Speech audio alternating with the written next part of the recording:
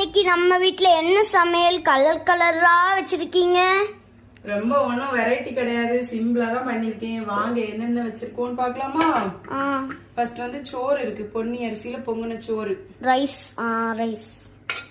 அதுக்கப்புறமா கோவக்காய் பொரியல்.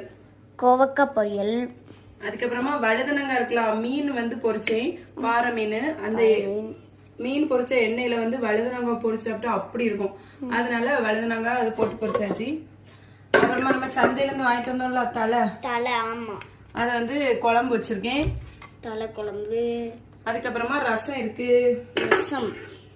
இன்னைக்கு காலையில வச்ச ரசம். வாங்க சாப்பிடலாம். மக்களே, நீங்க எல்லாரும் சாப்பிட்டாச்சா?